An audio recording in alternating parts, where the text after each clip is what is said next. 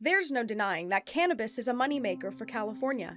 Total tax revenues since January 2018 is nearly $5.5 billion. Last year, California's dispensaries reported $4.4 billion in sales. In Riverside County, total cannabis sales were just over $399,522,000. At the local level, well, it changes depending on where you are in each jurisdiction. It could benefit the locality in local taxes, which could be up to 10%. We'll look at Paris, California. 12% of Paris's budget is due to cannabis income taxation. Paris, California is one of a handful of cities in the state of California that's paid off their pension debt. Now, I don't know if they paid it off directly because of cannabis funds, but I have to believe 12% of your budget year after year had something to do with it. Cannabis supports almost 418,000 jobs across the United States and over 83,000 jobs in California. Accredited universities are now offering a 4-year degree in Cannabis Science.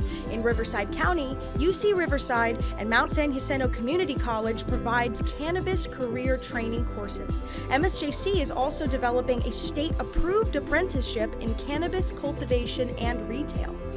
Giving young people different career pathways nowadays is a big deal. One example is we've had bud tenders start out at retail services at a different wage, and 6 years later their general manager's making 6 figures. However, U.S. laws still classify marijuana as a Schedule I substance, making the distribution of cannabis a federal offense, and federal restrictions can create many challenges. We're not getting deductions for the cost of goods we sell. We're not getting deductions for our labor costs. But most profit models in America are designed to have deductions for the cost you pay for your goods and the deductions for labor, retirement benefits, insurance benefits, and it kicks out what's called a net profit. Well, cannabis businesses, we're taxed on the whole thing and we're not given a deduction for anything. Probably the biggest challenge in cannabis today. Another challenge is the lingering anti-cannabis stigma with some segments of the population.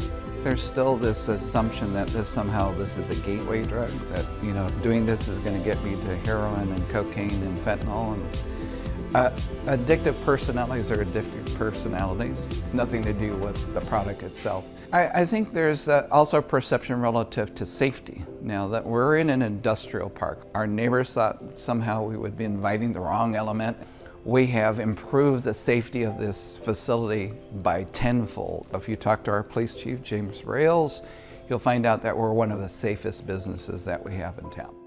Those who work in the cannabis industry see the benefits firsthand. I see how much it helps veterans and how much it helps people sleep and how much it helps go through the pain. I think seeing the fentanyl crisis go across, a lot more people are saying, why don't we use cannabis for pain? Why don't we use cannabis that people don't get addicted to?